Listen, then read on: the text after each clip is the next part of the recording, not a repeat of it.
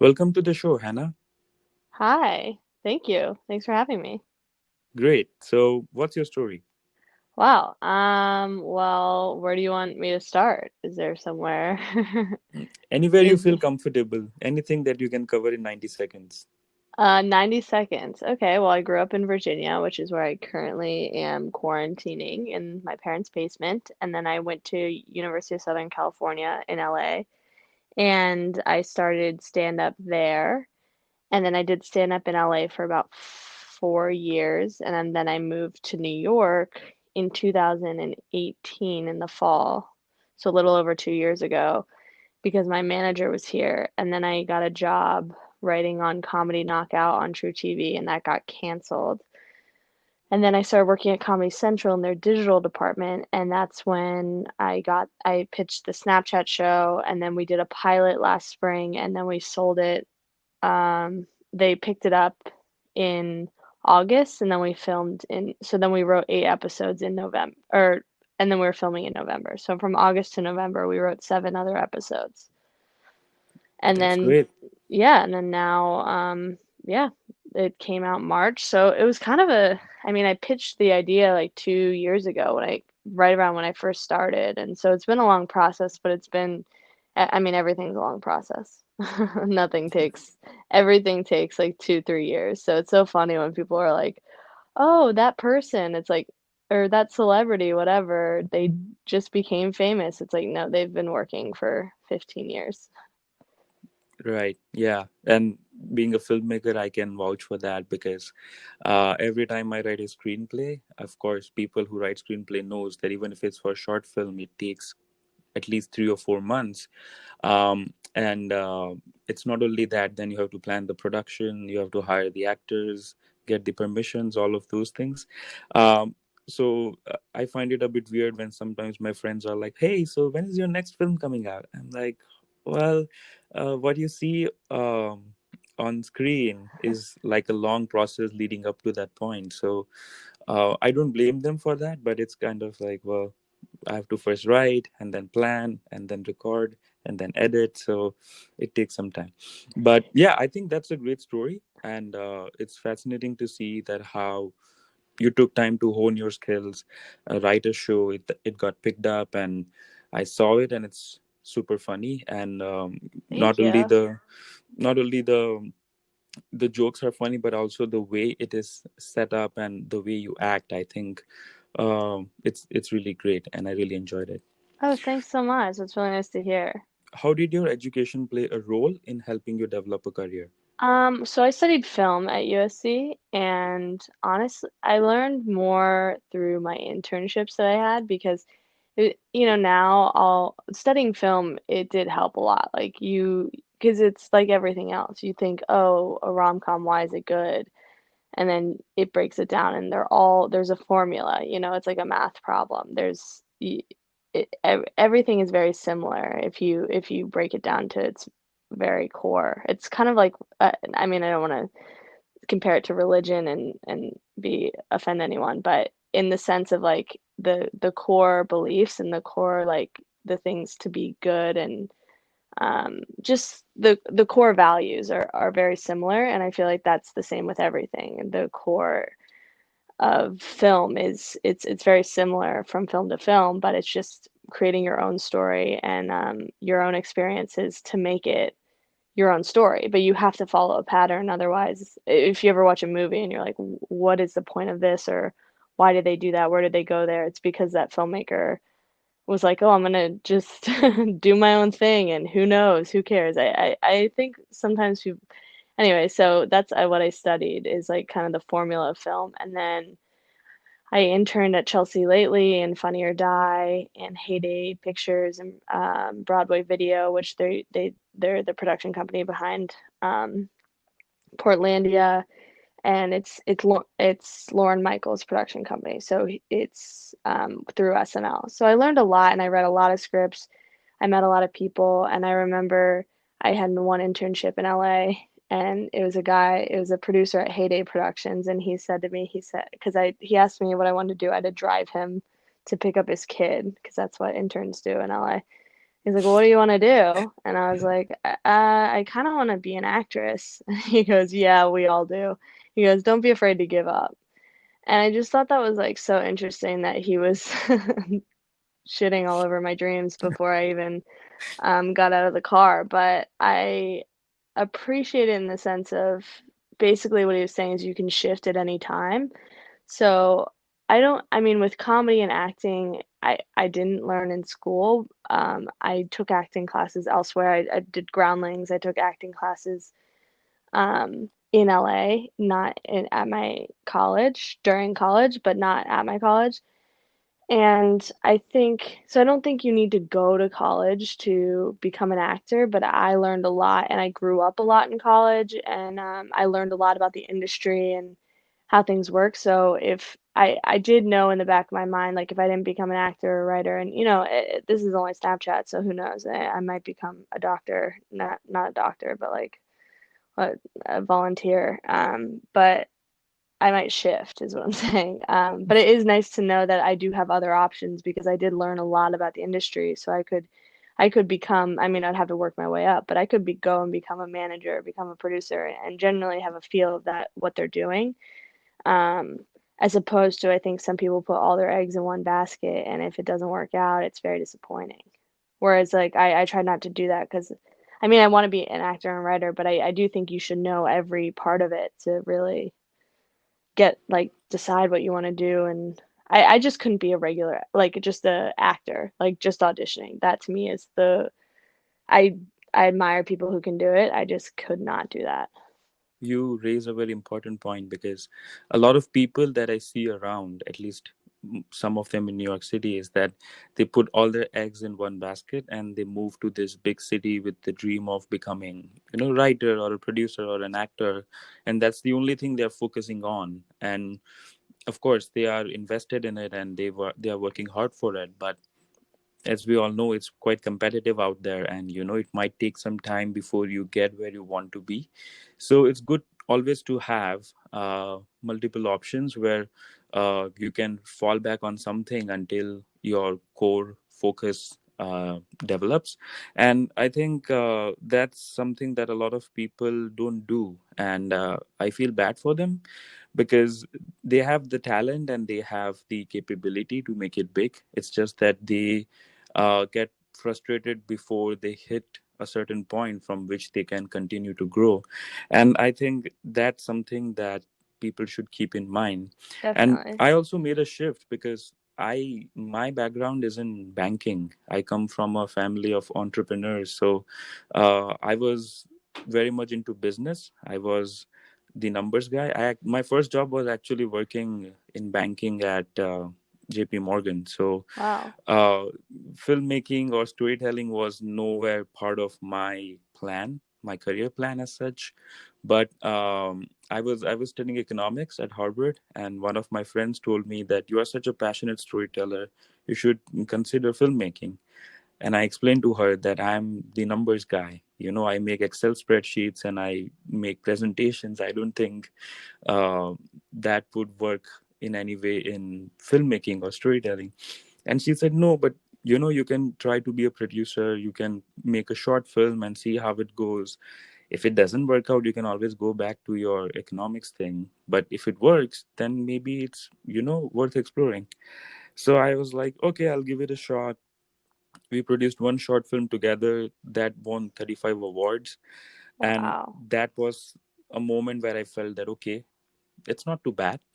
And then I think with her, we produced three more short films, and those also did really well at the festivals. That's when I felt that, okay, this is not rocket science. I think, with little bit of learning and being involved in this, I can do this. That's when I decided, okay, I'll move to, so from Boston I decided to move to New York City. And I thought, okay, I'll have my own media production company, which is going well now. But yeah, that was a big move, and a lot of people, my parents, my friends, including me, we were very skeptical that, okay, is this a right move or not? But I think, you know, I'm interviewing Hanna Dickinson right now, so I guess it all worked out. Oh, that's so nice. No, that's great. That's awesome. I feel like it's hard. I know a stand-up who he was, yeah, an investment banker for so long, and then he switched to stand-up, and he's just like, yeah, I mean, he's a really smart guy, and his jokes are really great, and I think he's the hardest working person I've seen in stand-up. Like, there's no one. To get a spot, he's moving tables, he's seating people. If someone asks him to do something, he does it. He doesn't complain, and it's such an interesting. Whereas stand-ups were so a lot of. I mean, I don't like to think of myself as lazy, but I can be lazy. Like, I'm definitely not at this guy's level of just discipline. But it's a lot of stand-ups are so lazy that just seeing him, I had never seen him perform, but I knew he would be, if he wasn't the funniest person, I knew he would be kind of funny because I could tell he was a hard worker and smart, so he would be able to learn how to write a joke even if he wasn't funny. And he is very funny, but I could just tell by his work ethic and that he really wanted it. You know what I mean? He really wants it. Like, he really wants to be a stand-up, and he worked in banking for 15 years and just took that work ethic and his intelligence and is applying it to comedy, and he's doing great. What's your definition of happiness? Ooh, that's a tough one. I always wonder that. I don't know.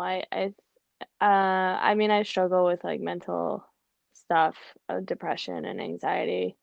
Um, but I that that's so funny you asked that because I always wonder. I like always ask myself that because I used to think that if I got more work became very famous, that's when I would be happy. And I realized that even as I started to get more jobs and started to, become more successful, I wasn't getting happier. And I did quit drinking in the fall because I needed a change in my life. Um, so I think just being, I think with this quarantine too, I'm trying to find that of like just being in the moment and just enjoying every minute because no matter what you're doing, it's not what you're doing or anything you're gonna get that's gonna make you happy, which I'm like I've realized that I'm trying to shift into having a more balanced life because I work full time and then at Comedy Central, and then I had shows every night when we were doing that. So I was probably working like I'd get up at 7, work out, go to work, and then I'd be home at 11:30, and I love it, and I'm so lucky that I get to work, but at the same time, I realized recently, even before we went to quarantine, I need more balance. Like, I need to be around friends. I need to like date. I need to do things that are gonna make me have a full life and not just this one thing, not just my career, because otherwise I'm gonna wake up alone. And I feel like even especially in this industry, it's so up and down that it's like if you put everything into it, like we said, all your eggs in this basket, I'm just gonna be miserable. So I'm trying to find a balance. I don't know if that's the answer. I don't know what happiness is. I'm trying to find it, I guess is the answer. Right. No, I think that's a great answer because, the pursuit of happiness, I feel, is also equally important as finding the happiness because uh, as you are going through your life and trying to answer the question that what makes me happy really makes you consider what your priorities are and how you look at your life. And I struggled with that question for quite some time actually because, moving to the US and then, trying to find work here and then um, making a decision very early on that okay, I want to start my own company and not work for someone else, which means I need to have money to hire people, get projects done. And filmmaking is not a low capital or low investment job. You need to, invest a lot of money upfront, and then you hope that okay, if it doesn't pay returns financially, at least people love the product, which means then it opens up other possibilities for it. And while that has happened, it has been sort of this like slow process of gradually sinking my feet into the industry and trying to make things work. But uh, there was this I think one of my friends was on this podcast, and he told me this story when I met him last year in Mumbai. Is that how the podcast played a role in him getting married, and that was, I felt, very interesting, because this podcast doesn't really do matchmaking in any way. But he explained to me that he was dating someone in his office, and he really wanted to get married to her, and she also wanted the same, so they had been dating for some time and they wanted to settle down. But in India, of course, there's this whole concept of arranged marriage, which means your parents have to approve. Um, and the he wasn't very positive, because the girl's elder sister was not sure about the guy, and she felt her sister could do better. So she was like, so my friend was like, okay, I really need to make an impression on the parents, otherwise this thing is not going to work. So after the episode released, he asked the girl's family to listen to his episode. So the entire family of four people sat and listened to the episode for 45 minutes.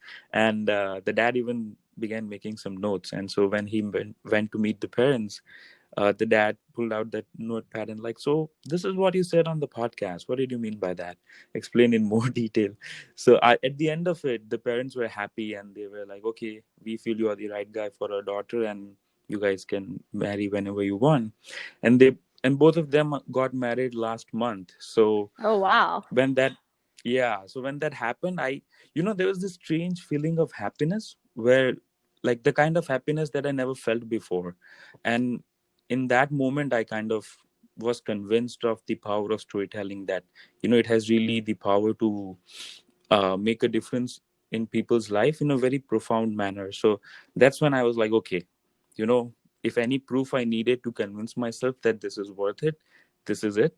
And so I took that as an indication that, okay, this is what I'll be doing all my life. Um, and that's how I kind of like found my zone of happiness. But you know that pursuit, I feel, is like equally meaningful. So you'll find that answers. And it's it's hard, because, as you said, when you're trying to build your career and become more successful, it gets lonely. And then when you are too much focused on one thing, then your social life can take a backseat, which is not good overall for our health and well-being. But yeah, I think as you go along, I think you'll be able to like find that sweet spot. Thanks. Yeah, wow. That's great that you set two people, or I mean, help two people get married. It's funny. I set my brother up with my friend, and they're still dating. It's been 5 years. I think they're gonna get engaged this year. Wow. Hopefully, I don't know. I guess that's me pushing it, but they are very happy, and every time I see them, I'm like, yeah, I did that. So that kind of I get it. It kind of brings me this joy of like, well, my brother every Christmas, he's like, my mom's like, what are you gonna get your brother? And I'm like, I already got him eternal happiness. Like, I don't need to get him anything else. He's set. Right. Yeah. That's great. And yeah, I hope my sister does the same for me, but she's been quite lazy lately, so I don't know what's happening there. To set you up. Uh, yeah, I mean, it would be nice uh, Yeah, if she I sets mean, me New up with York's someone. tough. It's a tough city to date in. I know. I mean, I've dated in like LA and Boston and Chicago, even Philadelphia, and these cities are much easier. New York is like whole another beast, and I didn't realize it until I moved here, and I'm like, shit, I'm gonna die alone. So, I know, I tell my parents that all the time. They're like, "Well, if the world's going the way it is, it'll be sooner than you think." And I'm like, "Great." That's the other thing. I'm like trying to be happy as a single person. I've been single for so long, like 5 years. oh wow. Yeah, it's rough. But I do think that for me, I'm not the type of person who can just like date someone and be just date someone who I kind of like. Like I fully have to be obsessed with you, and so that's a tough one for me. I think Hmm. I am always like I could like someone else more than this after a couple Hmm. dates, and I never do. Like I never find anyone, but anyway, I guess that's sidetracked. Oh. That's the discussion for another podcast. Yeah, But I guess that's a different theme. It's more right, for my okay. therapist. Right. Okay. How have the people around you, like your friends and family, inspired or influenced you?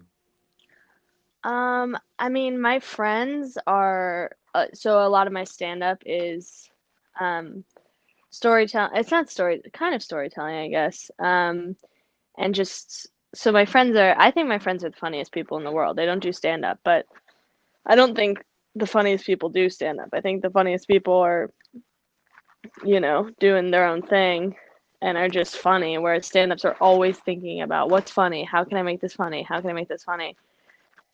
And so just a couple of my friends, they just say the funniest things and they do funny things and it's nice to be around a group of girls who they really inspire me to just um be my sense of humor in this of like making light of a lot of things. And we drink a lot. We used to, I guess I don't really drink. I don't drink anymore, but when we would drink a lot and kind of get wild, we would always be like, well, that's all right.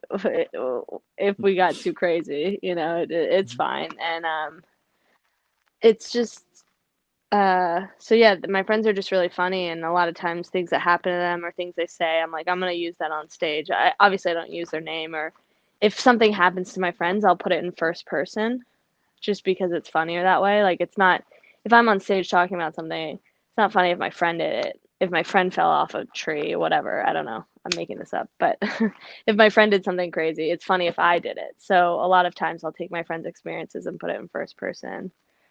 And also my mom and dad are very funny too. They're and they're my parents are really hard workers, so I think that's the most influence I've had. I've just seen how my parents own a small business, and they just really it's a 24-hour restoration business. So they really work hard. And when they started it, it was just the two of them and one other employee named Billy who was on meth, so he could be around. I don't know if I'm supposed to say that, but he could clean a lot, basically. But it was just the three of them, and I was in high school when they opened it, so at 3 in the morning they'd get a call and go into work, and it was really, it's kind of those moments of like, if I ever feel like something's really hard or I have a lot of work to do, I'm like, at the end of the day, I'm just writing jokes, whereas my parents were cleaning dead bodies. So it's been very inspiring that way of just sometimes it feels like work when it's fun. This is what I want to do. So I stay up late or I stay late to work or I'll do a bad show that I don't want to do because it's not about it's not about like just the good parts of, stand up or this industry. The good parts are what we're doing it for, but the bad parts are how we get there. I don't know if that makes sense. Exactly. But No, it makes perfect sense. And I think the way you put it is very beautiful because you have to go through that grind, that ugliness to kind of like, get to the point where you really want to see yourself. And I realized that the hard way because, when my first short film did really well and, we were going to all these film festivals, walking the red carpets, giving interviews in like nice custom made suits. That was the easy part in the sense that a lot of groundwork was already done for me to then come on board as a producer. But then when you have to start a film from scratch, that's when it like you start to understand that okay, this is how the entire process works, because it's not only just the screenplay. Once you have the screenplay, then you have to you know the production is like a whole different universe that exists. And that yeah. means like scheduling and sending out call sheets and what to do if someone doesn't show up, or it's just like mm, people management, making sure that it doesn't turn into like crisis management. So Yeah, no, um definitely. Yeah, it's you got a sweet, sweet taste, and they were like, "All right, now you got to start from scratch." That's how they do it. It's classic pyramid scheme. right. And so for me, that's when I, like, understood the essence of production, because people feel like, oh, producers walk around in this, like, fancy suits and big cars. But what I was doing for one of my films was basically ordering food and serving that to crew members. And so that's when I was like, well, if only people could see that this is what producers do behind the scenes, then they would realize that, okay, what they see in public is just like one part of it. The majority of it is this grind of, like, making things possible. But yeah, I mean, um, I understand that how people around you are funny, and they are just themselves, and we find it funny because we put it through this frame of like, oh, it would be funny if I did this on stage, or made this into a scene. My dad is exactly that way. My sister and I sometimes discuss that, okay, we should just put in hidden cameras and just capture our dad, like, being himself, and then just release like a documentary of like this crazy business owner in this part of India, that is who's more of an actor really than he's a businessman, because he just picks up on the nuances of people's personality that I think some of the skilled actors do not. So it's we'll do it Interesting. sometime. But yeah, he just like mimics people around him so well. um and it sometimes, like, it confuses my sister and I, that, okay, how is he able to do this? Because never he dropped out after ninth grade. He never went to acting school. He now never really watches that many movies. So we are just confused Mm, that how does he like pick up on those characters or nuances. some people are born stars, and that's your dad. Probably, I think we'll see how that turns out once we capture him on camera. But yeah, it would be fun to just kind of see how people react to his mannerisms and his mimics of like people around him. Yeah, he But could be the Tiger King too. oh, that mullet though, that guy with like crazy blonde mullet. Yeah, yeah, you just got to give your dad a little cut. Oh, he doesn't have that many hair, I'm afraid. But we'll see. So he A needs wig a add-on. probably. Yeah, a wig or a toupee mullet. Probably. That's a good suggestion. I'll get back to you on that. When was the last time you tried something for the first time? It's a good question. I'm like, what drugs have I tried recently? No, I, see, I have terrible anxiety, so trying things, I'm like, I'm trying to find happiness, but it's like I'm terrified of everything, so I hate trying things. I'm like, can I say phone sex on this thing? You That can. okay, There's yeah, there's no that I guess that's censorship. the last thing I tried because I'm down here. And it was Hmm. interesting. It's a little too much for me. It's a lot of work, which that's not why I engage in that. So I wasn't a big fan, if I'm being honest. I like the real thing. Yeah, I don't think anyone has said this on the show, but I think Yeah, well, I it's hope great not. that I you do. hope people are actually, last time you did this podcast, they were actually out and about getting it done, but we can't really do that right Yeah, now. So I tried true. it and yeah, I mean, I guess it's, clean. It's the cleanest Hmm. version of sex. You can't get pregnant or STD, so that's good. But you have Hmm. to do most of the work yourself, which is not so good. Right. Yeah, I've never really tried it, because when I was in India, like, even meeting your girlfriend was like, um everyone would come to know kind of thing, because at least especially in smaller towns, like everybody knows everybody kind of situation. So if you are going on the secret date, then your parents would come to know before you get back home. That's so And fun. so it's not, because see, I mean, when I was growing up in India, before moving to Mumbai, I come from a small town in India, and it was such a small town. And because my family is full of business owners, everybody knows them in some form or the other. So if I'm lying to my parents saying that, no, I'm just going to catch up with my friend, and we are going to play some video games or play some cricket or something like that, and if I'm actually out on a date, and the restaurant owner probably would call my dad that, oh, hey, so your son was here with some girl. I don't know if he told you the truth, but it was good having him. And as soon as I would reach home, my dad would be like, so which games did you play today? Like, was it fun catching up with your friend? I'm like, yeah, yeah, absolutely. We played cricket and I tried this new shot and it was amazing. And then he would say, oh, by the way, the restaurant owner called and he said that, okay, it was fun to have you. And then you would be like, oh shit, my dad knows. So Oh it my would make gosh, it very awkward. ruthless.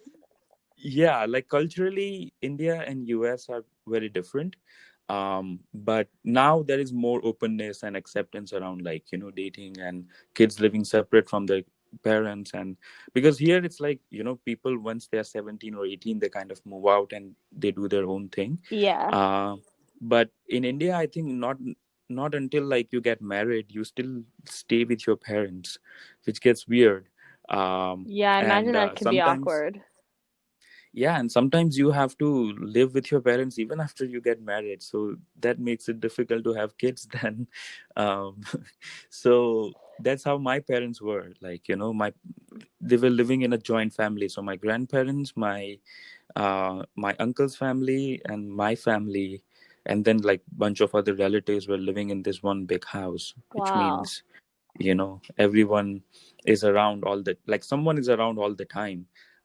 So it's, I mean, yeah, the fact that they managed to have kids is like amazing.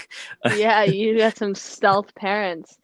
I mean, yeah, I've never that's see the thing I like to hear about that is there is romance involved a little because you have to really like someone to go out with them, right? Because if your family finds out and then it's kind of awkward and it wasn't really worth the date. So you have to really like someone when you take them out. Whereas I feel like in especially in New York, it's like, oh, I guess I'll try this. It's like throwing poop against the wall. It's like this is just not happening. At least then there's some stakes. You got Yeah, you got to really like the it, girl to take her out. true. Yeah, and so I mean, it's very fascinating to see, like, to experience all these, like, these two different worlds. And that, I think, like, makes it more kind of, I can then, like, empathize with people in India and then in the US, because I've lived both these lives, so I can understand the challenges, which I guess makes me better at connecting and communicating with people. But yeah, Definitely.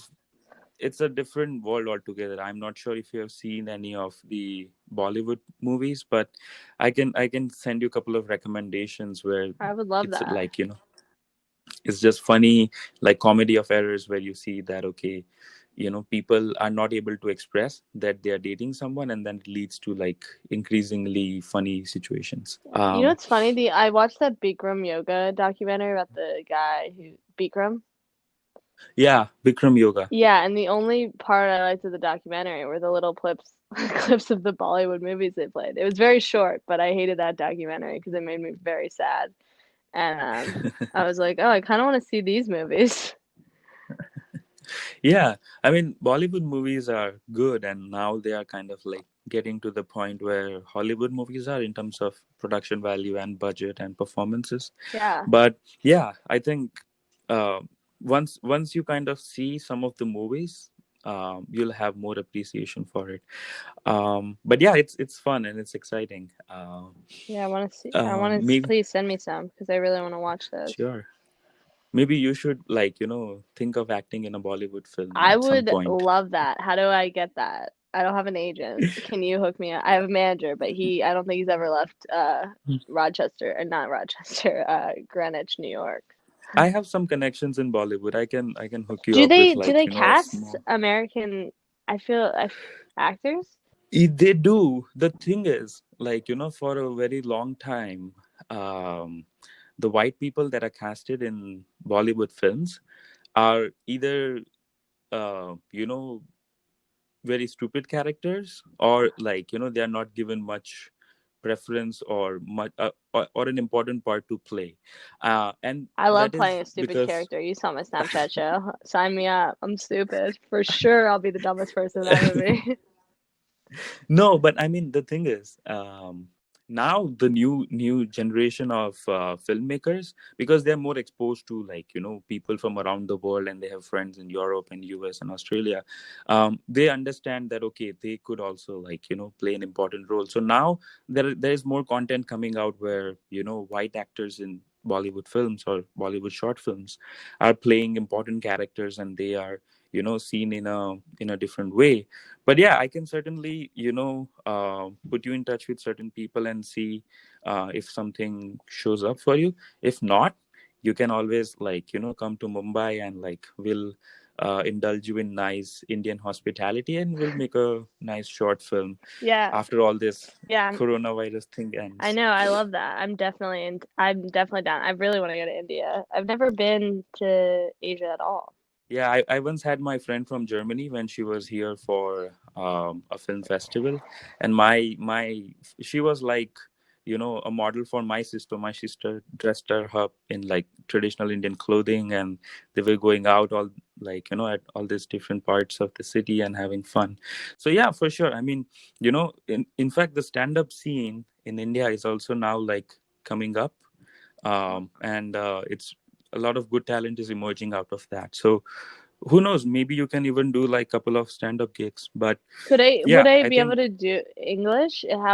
What is yeah, of course, Indians understand English, so that wouldn't be a problem. it's always I forget the other I mean I don't forget, I just am ignorant, but the other countries know English and just because I don't know any other language and I feel so like even when I went to France last year and I just was like I need to read more books and I need to learn more languages. Like I need to. That's what I mean about how a more well-rounded life. I'm like, oh yeah, like people are bilingual. That's a very normal thing. Except in my life, it seems crazy. I'm like, how do you know two languages? Like, I know four, so well, you went to Harvard, so that I would. no, but Wait, what languages do you I know? yeah, so that's what I was coming to. I of course I knew these languages before going to Harvard, but so the only international language I know is English. That works in multiple countries, but I think the other languages are, so first one is Hindi, which is the national language of India. Then there is Gujarati, which is my native language. So that's the thing about India. Each state has its own language, its own lifestyle, its own festivals, its own culture, its own food. So it's like 25, it's like 30 small countries put together, and we call it India. um so it's crazy that way. But yeah, so Gujarati, which is my native language, and there's a language called Marathi, which is the local language of Mumbai. And so yeah, that I learned after I moved to the city. But yeah, so these three regional Indian languages and one international. And I know what you're saying, because when I went to Japan a couple of years back, I was lost, quite literally lost on the train station, because everything is in Japanese and most people do not speak English.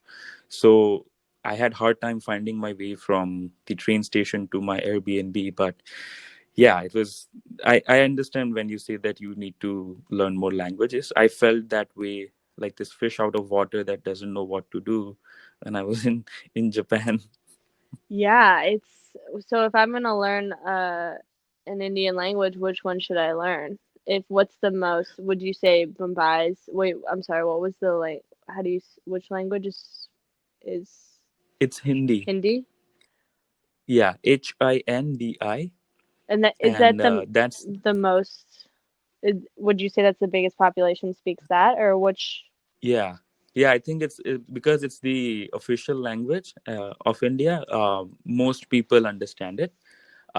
Yeah, so yeah, when I say most people, I mean 600 million people. So yeah, that's half of Indian population, yeah, which is 600 million, which is, whole I don't know, almost twice the US. is everyone So quarantined right now?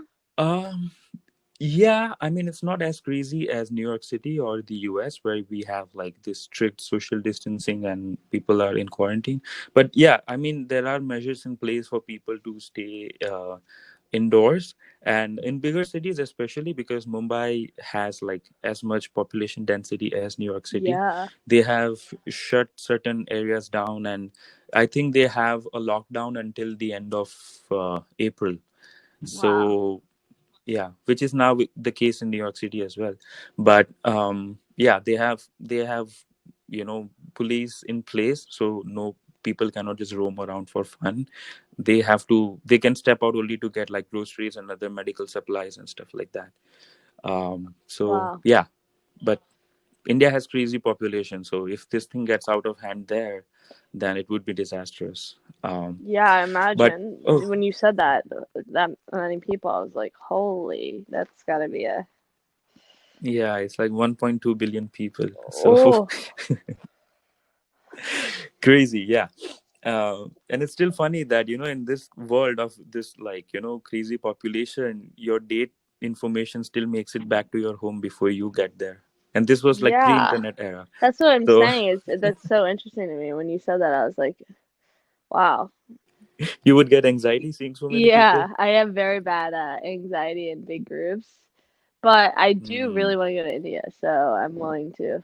Because Indian food is my favorite, Yeah. which I know sounds very ignorant because you're like, well, you're eating American Indian food, but I just, and I don't know, I just think it's a really cool culture, and I just, yeah, I really want to go. I'm just, when you said that many people, I was like, woo. Yeah, you should see the size of theaters, movie theaters in India. It's like huge.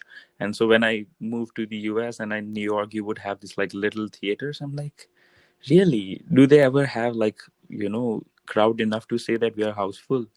But I've never seen that actually. Interesting. But yeah, it's fun. It's a whole different universe. Like, it's hard to put it in words. Like you have to experience it to to absorb it and then really live that kind of experience. Well, you're gonna help Fun. me get cast in a Bollywood film. I want to be the dumb blonde, which once again my highlights You don't don't really. have to. No, No, I mean, it's the role because I was born to you play. maybe, yeah, we can take some of the elements from your Snapchat show and incorporate that in some other project. But yeah, for sure, like, I'll put you in touch with few people and I will see how that goes. But yeah, being a white person, you won't have issues getting casted in India. Sweet. which is another crazy thing. Yeah, like white supremacy is existing over there even without white people trying for it. Oh well, that's not So so sweet. I don't know if I like that. I was like, yeah, sweet. And then you're like white supremacy. I'm like, oh, yeah, I should have. I spoke too soon on that one. but no, I mean, Indians have a preference for fair skinned people, um and it's just a crazy It's thing. so And interesting to me because we spend so much money on tanning beds, and it's just exactly. everyone just wants what they can't have. It's just like we spend so like my friends will literally put cancer in their body because they'll sit in the tanning bed for hours or a week or Mm. whatever, or they'll get a spray tan, which is just dyeing your body with chemicals, and then it's just so And interesting. then here, yeah, and there's a section of Indian population that wants to be more and more white. It's very But interesting. yeah, it's crazy how, like, people don't appreciate what they have and they always are looking for something else. But yeah, that's how crazy this world is. What kind of impact would you like to see your work have on people? I guess I just like making people laugh.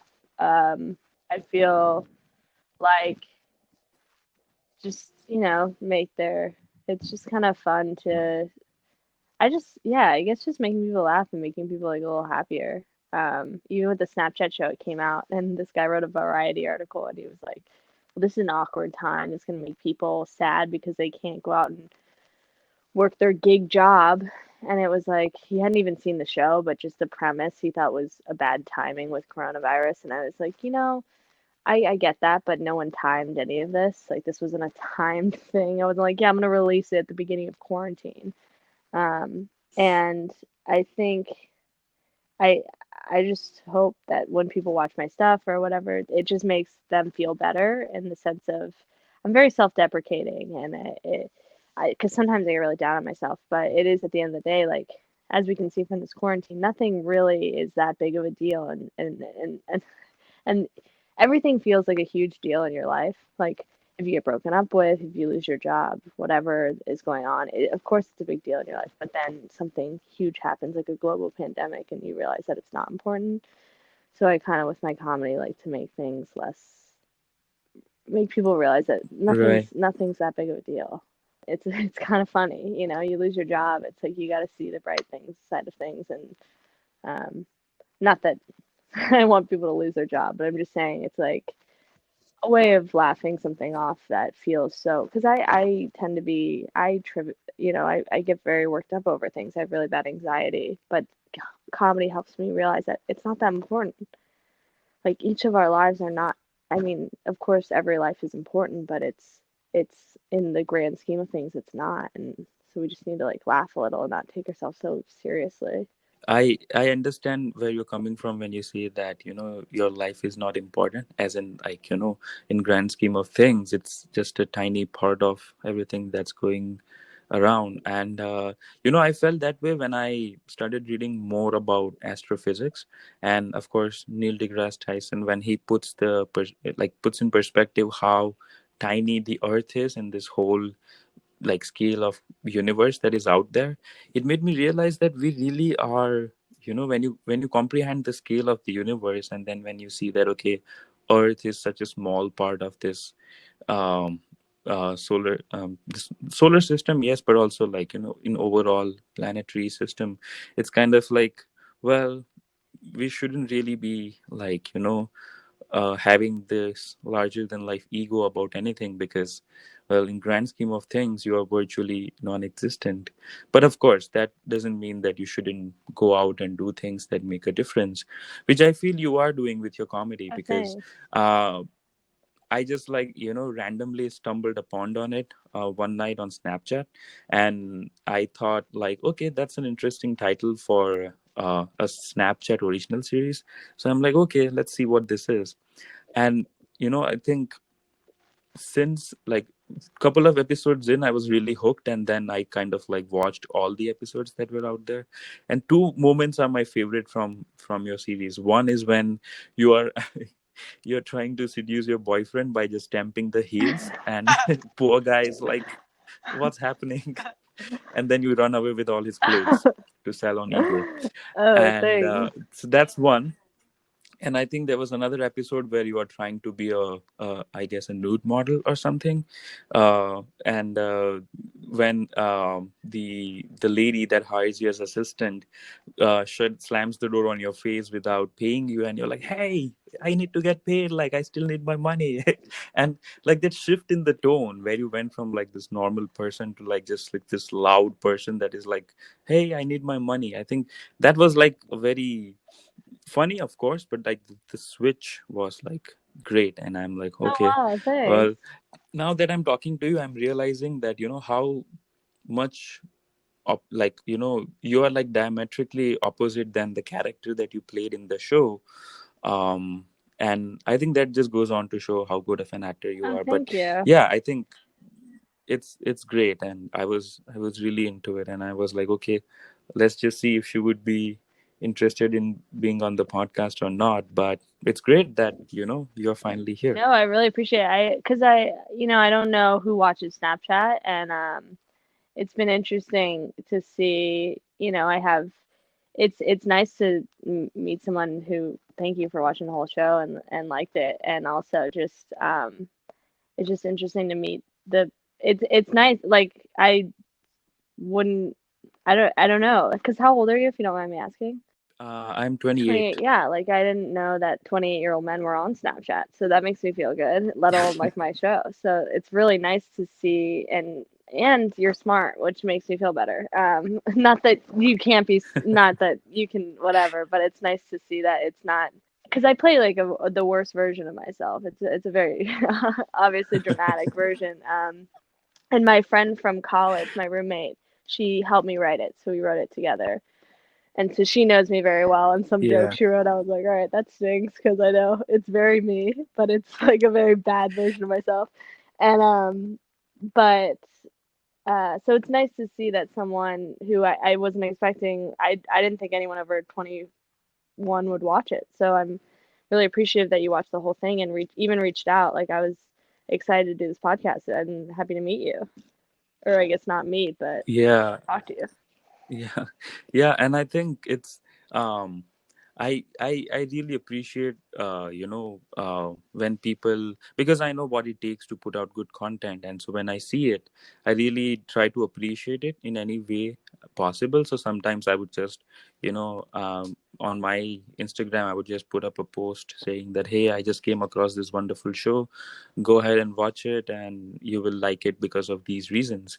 And Yeah, so when I saw that, it was not only that you were really confident in the character that you were playing, but in general the whole vibe of it, and the dynamics with your roommate, and how how in the last episode where you are just basically gradually trying to tell her that you are carrying this whole, like, pieces of cupcakes to the I think the lady's place.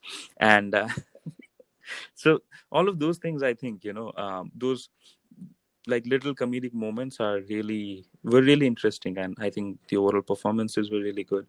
So yeah, i Oh, just thank you. i just really enjoyed it. Thanks. That's so nice to hear. That brings us to the last question. What's next? What are the exciting ideas or projects that you're working on, and what can the listeners expect from you going ahead? Well, this pause made it quite difficult because I feel like everyone's on pause and hold, but actually a producer reached out to me over Twitter and was like, I'd like to work on something with you. So I'm trying to develop a show with him. I can't say too much about it because it's so in the beginning stages and who knows what will ever happen. But so I'm trying to work on another show to pitch to television. And kind of, I think I would play a similar character, actually, an older version, because by the time if the show were to ever get picked up and sold and shot, I'm gonna be 45. So I'm 27 right now. But I Hmm. do, so I'm working on a show, hopefully, that we can pitch to television of, again, my name would be Hannah and I'd be playing a version of myself, but kind of a combination for television would be a sketch show and linear or scripted, so it'd be a mixed format.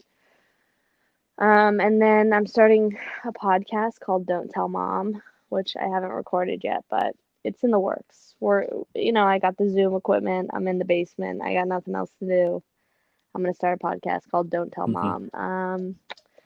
And other than that, I mean, hopefully, I mean, a Bollywood film is kind of the next goal, I guess. Great. Yeah. I think it's exciting to see how you are using this sort of pause to kind of put out creative projects. And that's what I've been also trying to do, that, we although we have, like, three distinct departments within my company. So we have a film department, we have a documentary, and we have podcasts. Film and documentary, of course, given the whole virus thing, we cannot focus on because you need to go out and shoot for that.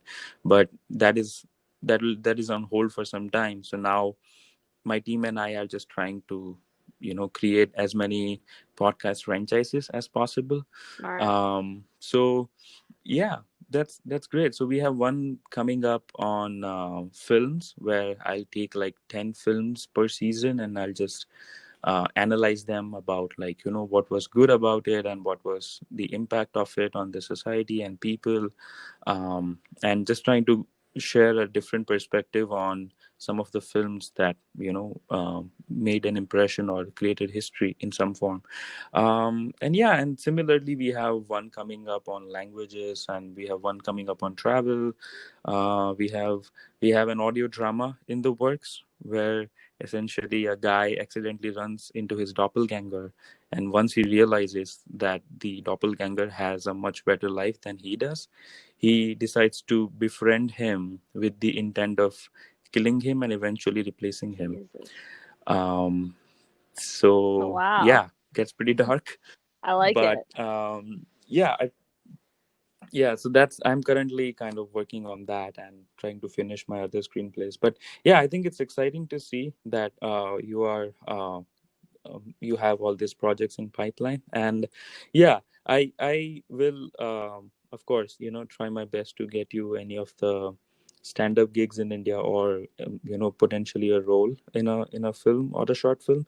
And yeah, that could be another avenue that you can explore, and who knows, that might blow up and you can become a I big would star love in that, India. please. But sure, I think, given what you have done so far, I think it wouldn't be a hard sell to convince that you are a good actress and comedian. So I'm not really worried about the talent part. So Yeah, and I think it's great that you have all these projects lined up, and I really hope that all of them work out, and again, they propel your success. And yeah, whenever you're back in New York City doing shows, do let me know. I would like to come and see one of your live Yeah, shows. I would love that. I hope that you find success in everything you do and all your Oh, dreams that's so come nice. true. You too. Yeah, keep me in mind for your films Thank too. you. I'm avail. So. Yeah, sure, of course.